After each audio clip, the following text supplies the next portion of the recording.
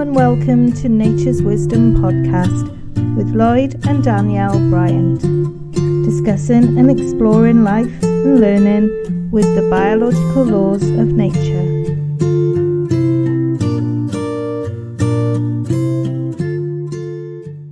Boy, come on, little boy, come on. Why, man? Jump down. Come on, man. It's not telling off. It's just, I need to sit here. Sit everywhere else. Anywhere else. Anywhere else. You good boy. We're here today with our dogs who didn't want to be left alone. So you might see some furry beings coming into shot. But today we're going to look at my most recent article. It's not about believing the biological laws, it is about understanding them. And this is an article I wrote to explain the tagline that I use on the website. And I think this is like just a really important point to get across, because a lot of people, sorry, the dog has just fallen off the chair. You okay, girl?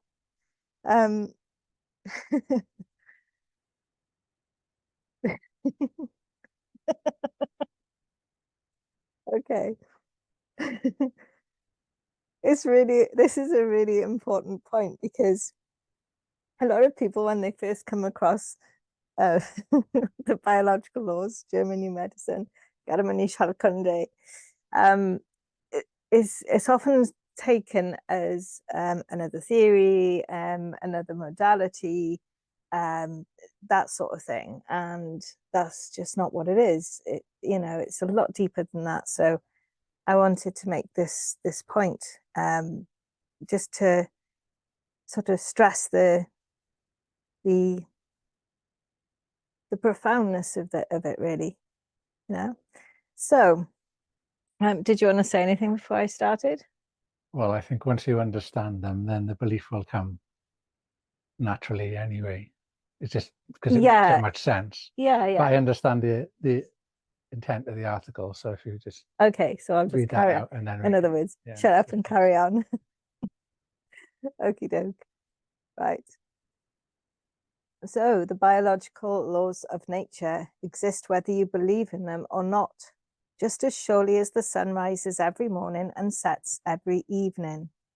Gravity, or maybe is it magnetism, pulls objects downward, and water boils at 100 degrees centigrade. The fundamental rules governing life operate independently of human opinion, ideology, feelings, or political preferences. These laws encompass observable, testable principles, such as genetics and inheritance. DNA transmits traits across generations, explaining why offspring resemble parents in appearance and behavioral tendencies. Biological sex. That might be an unpopular statement. In humans, biological sex is binary, determined at conception by chromosomes. Producing distinct reproductive systems, hormone profiles, and measurable average differences in strength, muscle mass, bone density, and other traits. Natural selection and adaptation, variation, differential survival and reproduction drive population level changes, visible in phenomena like antibiotic resistance or the fossil record. Limits of plasticity. While environment and training influence outcomes, strong heritable components set realistic boundaries for traits like height, cognitive potential, athletic capacity, and personality. In addition, Dr. Wright Goldhamer's discovery of further laws through extensive clinical observations. He reframed what conventional medicine calls disease as purposeful, evolutionary, sensible responses triggered by unexpected biological conflict shocks. These laws highlight the unity of psyche, brain, and organ. The first is the iron rule of cancer. Every biological program, or SBS, begins with a highly acute, dramatic, isolating conflict shock, or DHS, experienced as unexpected. This shock impacts the psyche, marks a specific brain relay, called the Harmer focus, and activates a corresponding organ tissue response with clear biological meaning to help the organism cope. The second is the two-phase nature. If the conflict resolves, the program runs in two phases: a conflict active phase, which is stress, fight or flight with organ changes like cell growth, ulceration, or function loss, and a healing phase, also could be called rest and digest, where the repair processes return the organism to full health. Unresolved conflicts keep the active phase going. Recurrences reactivate it. The third is the ontogenetic system and germ layers. Tissue responds, such as growth, breakdown, or functional change, depending on the organ's embryonic germ layer, which is the endoderm, the mesoderm, or the ectoderm, and its brain control center, creating predictable, non-random patterns tied to evolutionary and developmental biology. The fourth is the system of microbes. Microbes, such as bacteria and fungi, act as helpers, primarily in the healing phase, supporting tissue repair and cleanup rather than being primary causes of infection. They remain largely inactive during the conflict active phase. The fifth is the quintessence. Every so-called disease is part of a significant biological special program of nature designed to assist survival and adaptation. Nothing in these processes is meaningless, random, or purely malignant. They reflect the body's inherent wisdom. Belief versus understanding. Belief changes nothing about reality. You can believe gender is a spectrum, that all traits are purely environmental, or that microbes are always enemies. Yet chromosomes, performance data in sports, twin adoption studies, and physiological differences persist. Similarly, you can accept or reject Dr. Harmer's laws. The body's coordinated responses to shocks and conflicts still follow observable patterns. Understanding requires intellectual honesty. Observing evidence from genetics, physiology, embryology, and clinical outcomes, testing hypotheses and updating views when data contradicts the ideology. It means recognizing that biology sets real constraints and often operates with adaptive purpose, whether through natural selection or meaningful special programs. Ignoring these laws leads to predictable real-world consequences, such as unfair advantages in sex-segregated sports, mismatched medical treatments, ineffective policies on education or public health, and personal struggles when expectations clash with physiology. Fundamentally, going against these biological laws is also going against God's creation. If the natural world, including the intricate design of DNA, the complementary roles of male and female, the adaptive mechanisms of the body, and the meaningful programs that respond to life's challenges reflects divine order and wisdom, then denying or attempting to override them is to rebel against the very blueprint established by the Creator. These biological laws are not moral prescriptions or calls for harsh judgment. They simply describe what is the orderly, often purposeful workings of life. Understanding them enables wiser, more compassionate choices, aligning interventions with reality, supporting the body's natural processes where helpful, addressing root conflicts, and using evidence-based tools effectively. Reality is not optional. The sun will keep rising and setting. Biological laws will continue operating. The question is whether we choose to understand them and live in better harmony with nature's wisdom, or keep pretending that we can wish, vote, or declare them away. Understanding biology in its full depth is the foundation for effective, honest living within it. So, Lloyd, do you want to add anything or Yeah, I think comment on anything? another way of putting it is trying to live biologically in harmony with how we were, created, or how we've evolved then. And trying to live in harmony with the biology, because as you say, the biology keeps responding even if we're in denial of certain beliefs or whatever. So trying to tune into how we're meant to live, and that can be things like diet, environment, things like screen time are obviously not natural. They're a new phenomena. So, living as biologically as maybe our ancestors is a good example, but, also where we live, what's readily available, food types, climate, things like that. So, it does point to living biologically compatible with, where we live in the world and, what we've got around us, climate, resources, all of that. So I think, another way of looking at it is embracing that and trying to honor that, and make that part of your existence.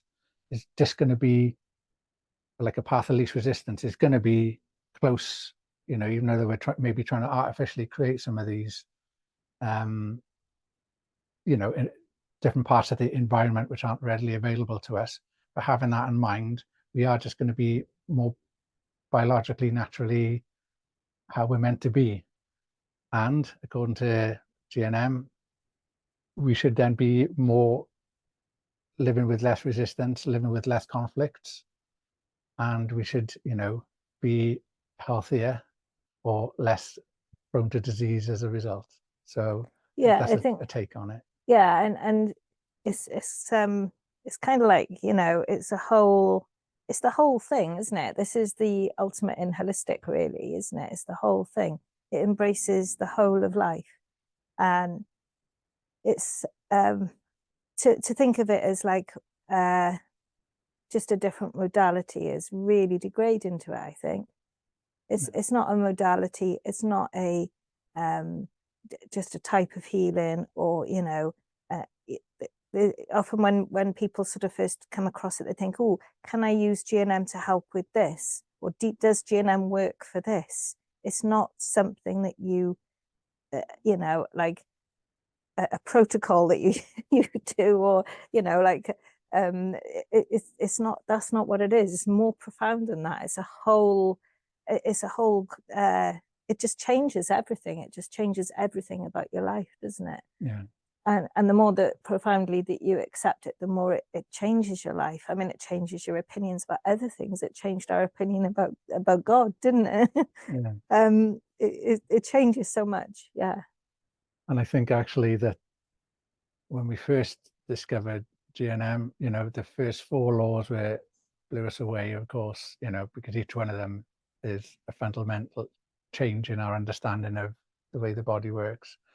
But then the 5th law initially to us was, this is where it all comes together. And it just seemed to be an amalgamation of the first 4, sort of like adding the purpose of the first 4 laws.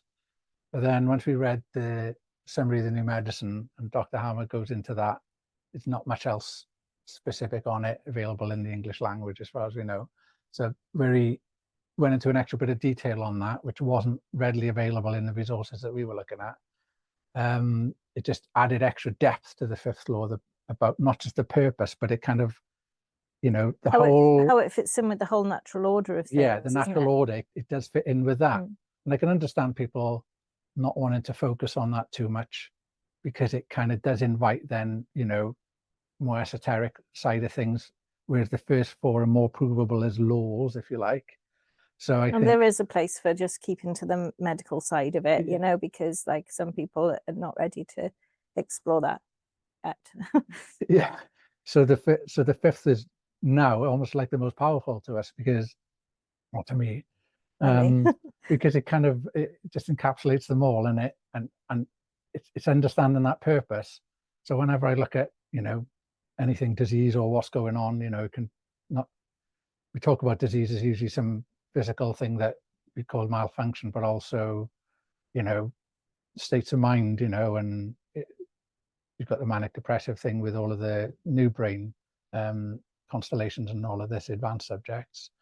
But I just now think is look at the purpose. So I try to take a step back, and this is what the fifth law is to me: taking a step back and look at things from a distance and overall understanding, re-understanding, or trying to evaluate from the purpose side of things, rather than maybe the earlier laws would be, oh, let's look at the brain scan, let's look at the what's going on in a particular organ and the correlation with that, what's the changes, germ layers and things like that. But above all of that is kind of like some people call it like the 40,000-foot view, where you take a step back.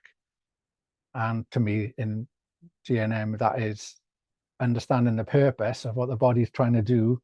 And it might be lost on us in modern society and things like that, but certainly in the animal world is observably more logical still. I think our biological language, that what our body responds to is quite literal. So I mean, there's the other, we'll probably talk about that on a different podcast, is the power of words and things. So it's not necessarily related to sort of conflict shocks and things like that, but it changes our perception, doesn't it? And where our biology can take things literally as well as figuratively. But even though it's figurative to us, it's literal to our bodies. So we have to be careful of things, and it's our perception that drives the conflicts. It's how we view the world which determines how we're going to experience things. So I think it's all important. These sort of wider discussions are really important. They're important for the understanding, I think. Yeah. So you mentioned perception there, and that kind of ties in with the genetics and inheritance, because so much we're taught or led to believe that so much of our traits and extend into disease, such things like where they said about the BRCA gene and things like that, that disease is predetermined by our genetics. And I think that's very in the scale of things, that if there is any element of that, it's very minimal. As the article explains, we it's traits and certain characteristics that we do inherit genetically. But I think what we also indirectly inherit from our environment, from our upbringing, is our perception. And this is the key thing with German new medicine, is our perception is the way that we form disease, effectively disease, or biological programs to occur and to not get resolved very quickly, is because maybe we hang on to them, and that can be through beliefs and everything. But ultimately, it's our perception, and that's generally to do our upbringing. And obviously, then that's where parental influence and our surroundings are going to be in. They're going to be what we learn our perception as we grow up. So I think and we're going to have similar perception to our parents, exactly, because they're bringing us up. So I mean, it can go the opposite. There can be a resistance streak, but even the resistance wanting to oppose what your upbringing was, is a result of that upbringing, a result of those values that's trying to be passed on or inherited or imitated. And if there's a strong resistance there, then it's almost like a polar opposite. So there's still the influence, even if it's trying to be resistant. It may be less likely to find the middle ground. If you're dead against something because you didn't like it because your parents, didn't like it as part of your upbringing, you're more likely to maybe go the extreme opposite then find the middle ground that you know, another child in a different upbringing might find naturally. So it still influences even if you're resistant to it. You see what I mean? So that's what I'm trying to pick up with that. Yeah, so just picking up on the genetics thing when you said the perception. So I don't know if there's anything else you want to say on that. No, I think you've covered everything on that. There's a couple of things I did want to sort of pick up on, really, and you're probably the best because you've like read more about it, is the law of like the natural selection and the adaptation, you know, because we can see when we've had some deep conversations about the biological laws, and you know, we can see them happening on a species level. You know, so I kind of think of it as like a species being the organism, and then the sort of people, I suppose, if it's humanity, being the cells. And you know, so we can have biological programs. We've sort of recognized some things going on that level. So it kind of takes you out of just the body, and probably on the micro level as well. You know, on the cellular level, there's probably lots of mini but it's almost like that, as above so below, isn't it? You know, you can see the repeating patterns, and we can see that something similar to the biological laws happening on a species level. Yeah, so obviously I read some things before discovering GNM, and they stuck with me and resonated with me. So I reevaluated those when I discovered the biological laws, and they still make sense, but it's just like a different slant on it now. So an example is you know, species adaptation then. So where animals but biologically similar or identical, but when they've got different environments, they adapt to those environments.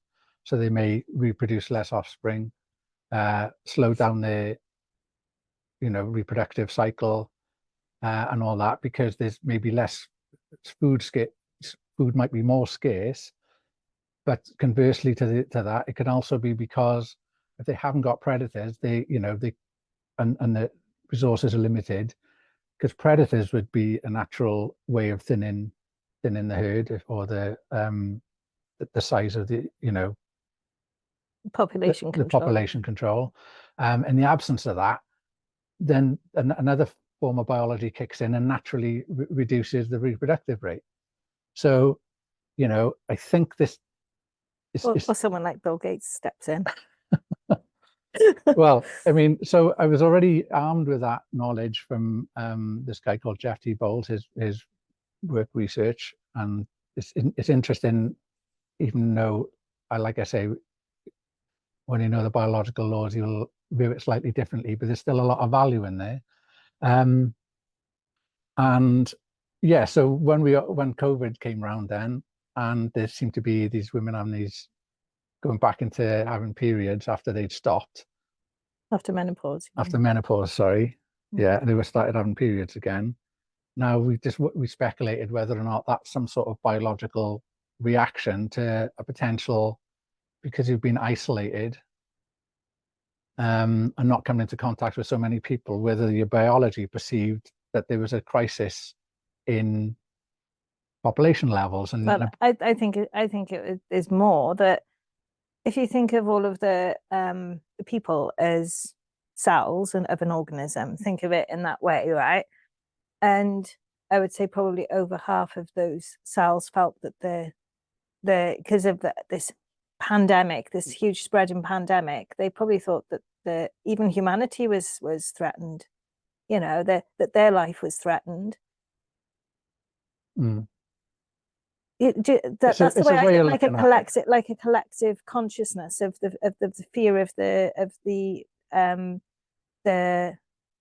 survival of the species. That's how I saw it.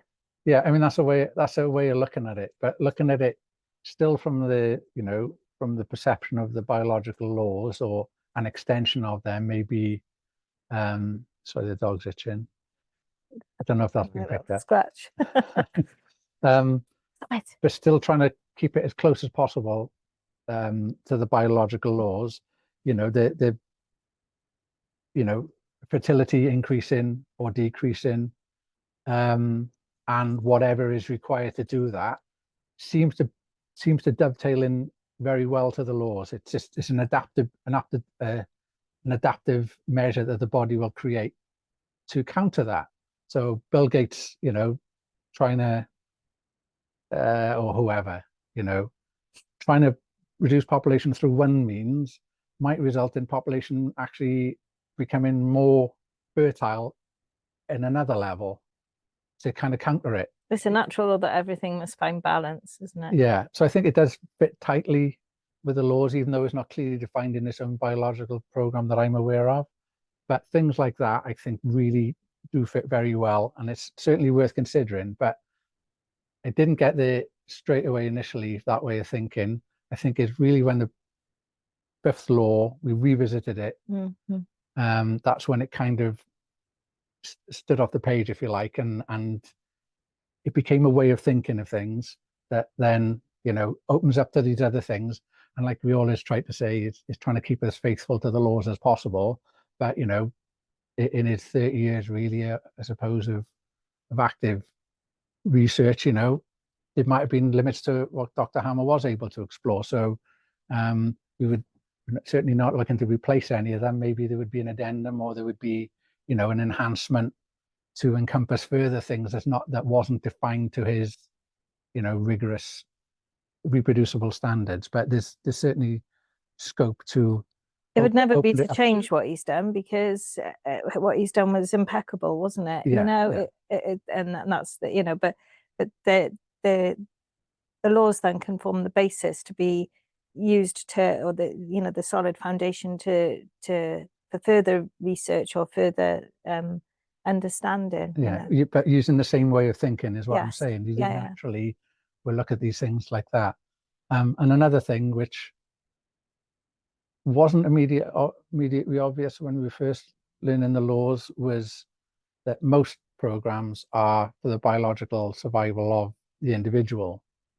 But then you've got some which actually make more sense to look up the biological survival of the species. So things like the heart attack epicrisis and a few others that, can have fatal epicrisis and things. They make more biological sense for the species, because why, we always saying that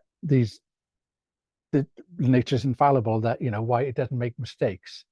But on an individual level, it seems to be that that doesn't make sense with the heart attack scenario, and there's a handful of others. But on a species level, it makes sense. So this is where, it obviously it's in the larger order of things. Yeah, in the larger order of things, and there could be even something above that interspecies level, that is beyond, our simple analysis. But we're open to all of that. We're open to I've got a couple of articles that explore all of that side of it a bit further as well. Sort of extra, extra, not so much extra value, but just widening the scope and being open to the same way of thinking. It's getting into the way of thinking, isn't it? It's expanding your mind into that awareness of the bigger picture, and it helps with the biological side of thinking, and thinking like your body might be thinking. Yeah. Which helps to determine what has caused conflict shocks and things like that, and how and understanding it all on that deeper level. Yeah. And it's not just like a sort of parrot fashion, this conflict affects this organ and this is the symptoms that come from it, knowing that there's like there is this such wisdom in it. It's just that's what has blown us away, is the wisdom, isn't it? Yeah. And it's almost like that another way of looking at what I was trying to say is that way of thinking actually transcends into other aspects which aren't defined in the laws. That's probably what I was trying to say. Yeah. Is that once you've got that way of thinking, it comes naturally, you can actually observe other things. And so where it comes to how the way plants react and communicate, which is demonstrated and things like that, and the fact that plants can have homofoci on the leaves and things like that. And they warn other plants if there's like a chainsaw goes into a wood and the trees react on the other side of the wood, and Yeah. it's just like fascinating, all of that. So I think that, Mm. even though it's not, those things aren't part of the laws other than it's observed in plants and there's obviously something, but they haven't got an observable brain that we can map it the same. But just having that same way of thinking just will probably help to make sense of these other things, and we're not going into it, exploring them all now, but just that, I think you can value in other aspects of life, and even where we're all part of the one dropping the same ocean, and all these, some of these more theosophical or philosophical things. I think there's a lot of value in bringing, especially the fifth law, into those conversations. Mm. So I'm going to reel it back a bit now. okay. Unrehearsed. The belief versus the understanding. Yeah. So I think this can sometimes come across to people who are new as arrogance. Right. Yeah. So, when somebody will say, oh, well, I've got this lump and I'm going to do this and I'm going to take this and that and the other, and you say, well, that this actually is how your body works, and this is, and it sounds like, because some people don't, a lot of people don't understand the profound nature of this discovery, that it is actually telling you that your body doesn't work how you think it does. When you sort of portray that and say, well, no, this is how it is, because they see it as just another modality or theory, it's like, well, it can cause, I think, some resistance there, quite a bit of resistance. And, I've experienced this with people. It's like, as if to say, oh, how can you be so sure, and it's a difficult thing to get across, isn't it? But it does tend to come across as arrogance, and that is completely not what it is. In fact, it humbles you so much to know that this that you're in charge of this, just like this miracle body, and that something is created this wonder, and it just makes you feel so humble. It's opposite, but it's in the same way as if somebody said to you, look, this your shirt is blue, and I'd say, well, no, it's green. And that's what it is. It's not sort of, I'm not being arrogant by saying, oh yeah, well, I know more than you because I know this is green. It's just that I'm stating the fact, and that's when you understand the biological laws. That's what it is. You're just stating that fact. And they've been the laws have been proven, haven't they? They're proven all the time. They exist. It's not about believing them, but when you understand them, you'll believe them more. Like you said, But yeah, I wanted to make that point about the sort of that it can come across as arrogance, I think, and I think some people who maybe, I mean, we could have potentially been like that because we'd done so much. We were so heavily invested in alternative and natural health, with the health shop and with all the therapies that I'd done, and the lump that I'd had in my breast, and I'd thought that I'd cured it, myself, and it turns out my body was going to just do it anyway. It's difficult to sort of when you've got somebody saying to you then categorically, no, that's wrong, this is how your body works, and it can really get people's back up, I think.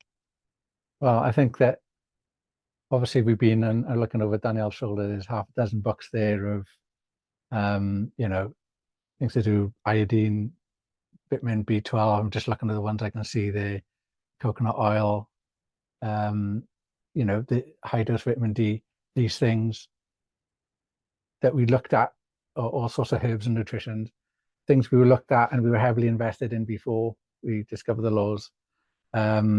Not that we hang our hat on any one of them. The thing that was always lacking, I think, is that there was no panacea, one fits all. So there was still horses for courses in that, although some people who have a success with some particular,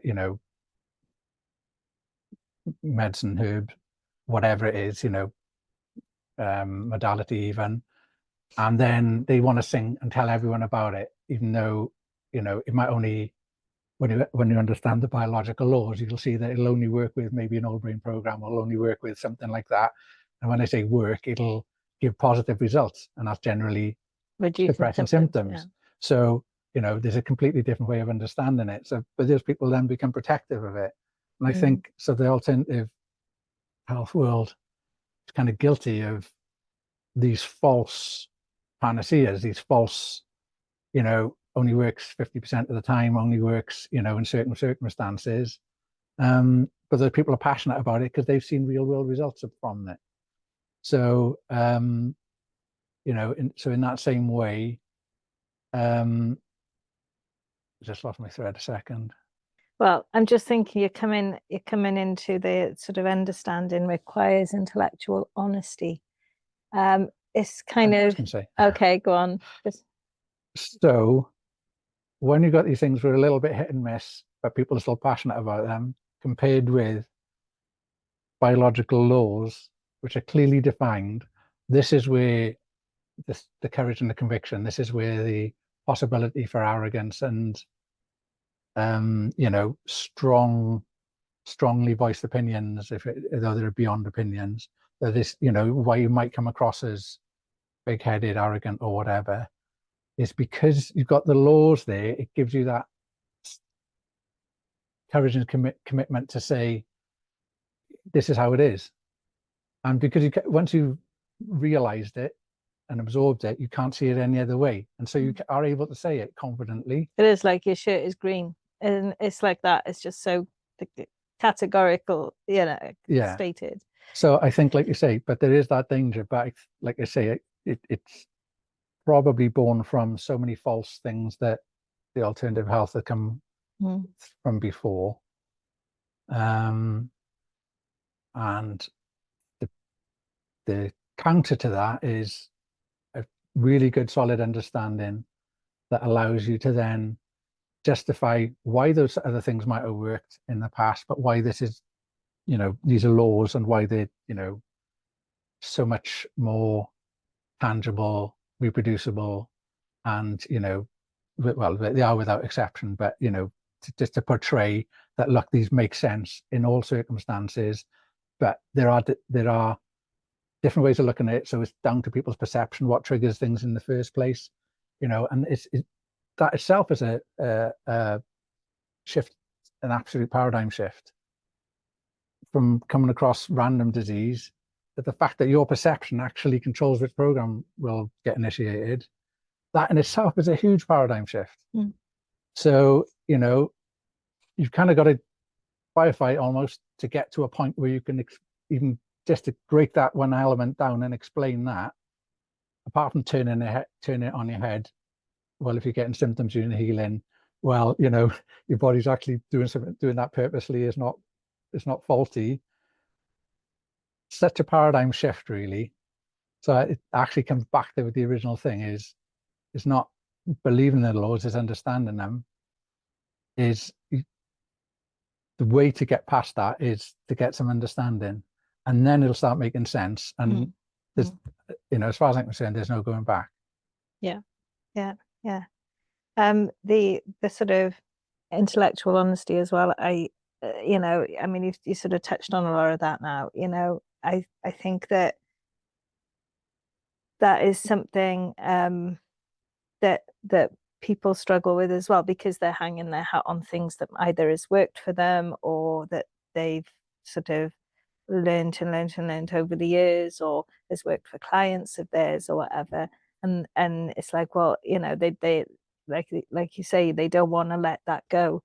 But if you approach something from, this is why I say at the beginning of presentations, just let everything go that you think because once you get this understanding, you'll just understand. It doesn't make things irrelevant. And I think that's what people are afraid of, is they're not letting them go, never to get them back. They're just letting them go so as they can understand them in a different way with this new foundation. And I think that is something that needs to be done, because when I was learning, I was getting so overwhelmed with holding on to my, all the therapies and all the things that I believed in, and trying to shoehorn her in and thinking, yeah, but if that's right. And in the end, I just thought, well, I'm just letting it all go. And, and that was just so much easier to do. It was just so much easier just to think, right, okay, I'm just going to learn this. I'm going to forget everything, learn this, and then see what still is relevant. And I think that it does take that intellectual honesty where you have to look at things from the intellect. So in other words, without any sort of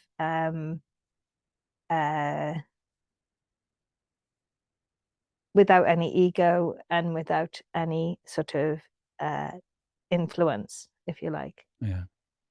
An ideology and belief and what you want to believe, It's just occurred to me that probably the simplest way to boil it down is that born of fear?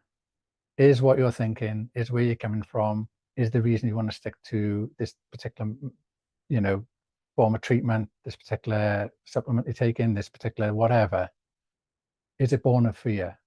If it's born of fear, just invite yourself to, this is where the intellectual honesty comes in, because a lot, you've got to get past that first. If they admit they're doing things through fear, then the trouble is obviously is to learn biological laws while you're healthy, and it's not a good time when you're in a program that's obviously giving you symptoms. Not the right time. But when you're outside of the scope of that, and even people just propagating, it can be the right time though, because it can be a driving force like it was with me.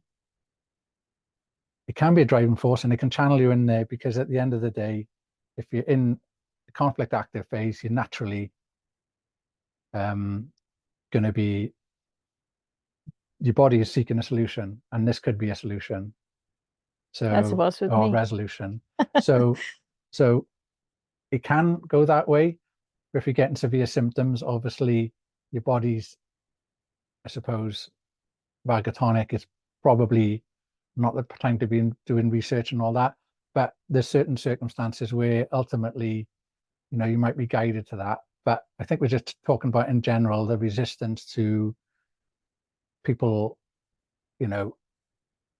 making the effort to learn the laws when they think they've already got something that is working for them. And I think it does boil down on thinking about it. It does boil down to they're just fearful of letting go. They've got something and they're hoping that'll work for them, or whatever it is it fear-based? Because the one thing that the biological laws do is take away the fear, because you've got understanding, things make sense, and yes, fear-based is the simplest thing. Is it fear-based? And it's like the laws aren't fear-based, they're understanding-based. Yeah. It's like we always say that that Marianne Williamson quote, isn't it? The miracle is a change in perception from fear to love. And we call that the miracle of GNM. Yeah. The miracle of the biological laws. Yeah. Yeah. I think and as the sun will shine and the moon will shine. I don't know what I was going to say then. But there we go. All these things are going to carry on doing what they do, regardless of Our bodies are going to carry on doing what they do, regardless of what we believe or what we want to believe or what we try and change them to be. They're just going to carry on being. Yeah. So the consequences, it's not that I want to sound like you've got to follow the law, you've got to, comply and things like that. But natural laws have to be aligned with, because if you go against the laws, you're going to have this kind of going against God. That's what I believe. and it's going to have consequences. It's going to come out of natural order. It's going to cause imbalance. It's going to cause it's like that butterfly effect thing as well. I just think it just causes chaos. And it's like understanding that everything, nature it's a natural law, I guess, to find balance. Nature always has to find balance, whether that is duality or whatever, everything has to find balance.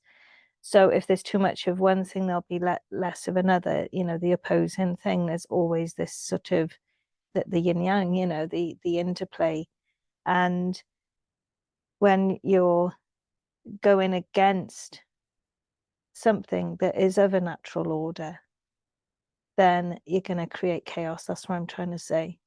You're going to create an imbalance in the opposing force, and talking of force, it's a bit like that, that book we love, isn't it, by Dr. David Hawkins, The Power versus Force, is where you stand in your power, or you're trying to force things. And if you try and force things, that's kind of, it's a similar thing. I think that's a similar thing. If you're just standing there in your power, if you like, or if you're allowing the natural sort of the natural rhythms and the natural things, you go in with the flow and allowing that power, rather than trying to sort of do something and force it. And it's like the difference between stepping in a river and going with the flow and trying to fight against the current, isn't it? So to me, it's all this is all linked, in my mind, maybe it's not to others, but in my mind, it feels the same thing. It feels like that same quality, that if you go against the natural laws, you're going to cause imbalance in a different way. And you see it politically and in all of these ideologies that in trying to sort of and all of this sort of bow into the minority, and then there's like chaos in the majority, because it just doesn't work. It's we're getting a bit sort of maybe on dodgy ground here politically, but well, I think that's a complex subject. it is, yeah. It's but far you can beyond the see laws, what I'm because saying is, because it's kind of going against the natural sort of order of things, that it's going to create friction. There's going to be friction because you're like forcing something. I think that's just an example of where biologically we're not meant to live in huge societies. If we had more tribe and sort of like localized levels, then things like that would naturally be more in alignment. So the minority then for some things would be more like the majority, because everyone would be like-minded, or similar environment, smaller the groups. perceptions, the smaller groups. So the larger you scale up in modern society, you're introducing these complications, which again really weren't, our distant ancestors didn't have that. It was much more tribal level. Something I just want to build on where you said about the the perception with the natural law and everything, is that what I think, with GNM, because they're laws, the biological laws, it's kind of brought us closer to God, because it's kind of given us an insight into the blueprint. And some people some people by their nature need to know how things work. And maybe both of us fall in that category. Some people are happy without that knowledge. However, we've kind of come full circle, and now we've got more having faith. that, we've kind of fallen back into the almost like faith, really, that once we're satisfied on that, now we can step back. And this is, we step back a little bit into the fifth law, really, because that just covers it all. And it's like I say, you're taking a step back from the detail. You don't, once it resonates, you don't need that detail anymore. The devil is in the detail. And wow, yeah, isn't that one of these many sayings that has got a lot of truth in it when you reevaluate it? Yeah. It is actually that. So some people just get so caught up in the and excuse the Bible studies coming in here, but it's like the Pharisees, isn't it? Where they got so caught up on the law of Moses and following it to the nth degree that they lost the heart of the religion, and they lost their connection to God, their true connection to God. That was a really, I've heard that as a really nice way of describing that. And this is all, this type of stuff is all new to us. So but it's amazing again how much wisdom and resonating you get when because it comes from the same way of thinking, as far as I'm concerned. Yeah. But so what I wanted to finish that point was just by saying that, like we say, the thirst for detail is kind of gets quenched, and then you're kind of more satisfied with the overall theme, the quintessence sort of way of looking at things. But it doesn't detract from the beauty of it and the fascination, and whether that be just the fascination of like things like the Fibonacci sequence, all elements of nature, everything, miracle of everything. Just because we know the way that disease and a lot of other biological functions work from the laws, it doesn't take away from the beauty and the fascination of that. It's good to have an understanding, so we were able to take away our fear of disease and the like, but then actually, it adds to it. It gives us further appreciation without not being the main focus anymore. It's that almost like letting go a bit once you've got to a certain, right, I'm satisfied now, and letting go. And actually does remind me of that film we saw with that guy who was literally trying to disprove, the existence of Jesus, and he ended up converting because he what was that called? I can't remember. I'll have to drop a link or something. It just makes me think of that, because he was literally trying to disprove it. I'll look it up. I'll put it on the video. I'll flash it up on the video. And the name of it. Yeah, it's just all these parallels. Taste for Jesus. Yes, I think it might have been that. Yeah, but he was actually actively trying to disprove it, and he ended up. Isn't it? It's a true story as well, isn't it? Based on a true story, yeah. Yeah. So it can come from that. Even someone looking to discredit the biological laws in some way might actually realize how robust and that they are. So it could come to that. Yeah, if they can get out of all the fallacies that they try and push. Yeah. Forget the fallacies. Just look at it. Have that intellectual integrity. Yeah. Honesty. Yeah. That I can remember what term I used. Intellectual honesty, isn't it? And that's without fallacies. Yeah, and the guy in that film actually realized that he was biased. He didn't do it with an open mind. He was looking to disprove, and he couldn't. And then that ended up converting him. So, possible people could get, come across the biological laws in that way. So it doesn't harm to spread, because you never know, what aspect of people's perception is going to be the thing that resonates and drives them to look further into it. And it could even start off on a negative slant and then positive. So hey, that's another thing. That would be a good challenge, actually, to challenge the rebuttal of the biological laws without using any fallacies. Can it be done? About it. Anyway, on that note, hope you've enjoyed our little chat, and we will see you next time. Thank you for listening, watching. Thank you. Bye. Bye. We'll have to think of an ending, won't we? We'll have to think of a tagline ending. We haven't come to that yet. It's good night from me, and it's good night from him. That'll do.